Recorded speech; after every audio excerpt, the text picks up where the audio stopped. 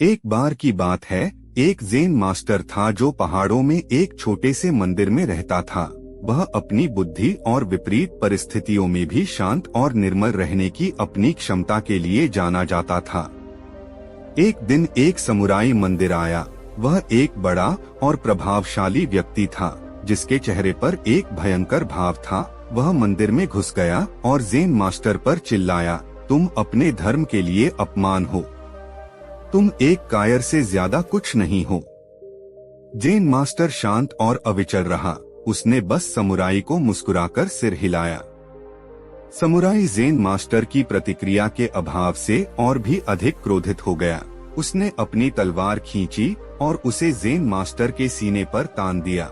अगर तुमने कुछ नहीं कहा तो मैं तुम्हें मार डालूंगा, वह चिल्लाया। ज़ेन मास्टर ने मुस्कुराना जारी रखा। उसने कहा, तुम मुझे मार सकते हो, लेकिन तुम मेरी आत्मा को नहीं मार सकते। समुराई ज़ेन मास्टर के साहस से अचंभित था।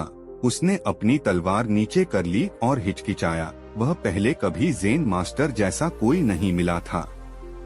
एक क्षण के बाद समुराई ने अपनी तलवार खोल दी और ज़ेन मास्टर के सामने झुक गया। मैं अपनी इस हरकत के लिए क्षमा चाहता हूँ, उसने कहा। मैं आपकी बुद्धि के लिए आभारी हूँ। ज़ेन मास्टर मुस्कुराया। आपका स्वागत है, उसने कहा। अब क्या आप कुछ चाय पीना चाहेंगे?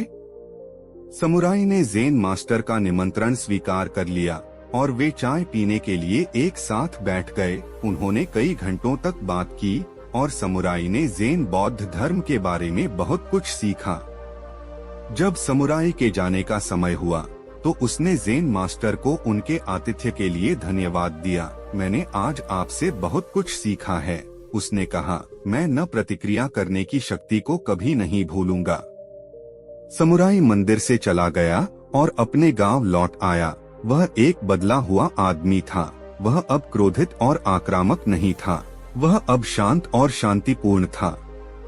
समुराई की कहानी हमें याद दिलाती है कि हमारे पास चुनने की शक्ति है कि हम स्थितियों पर कैसे प्रतिक्रिया दें।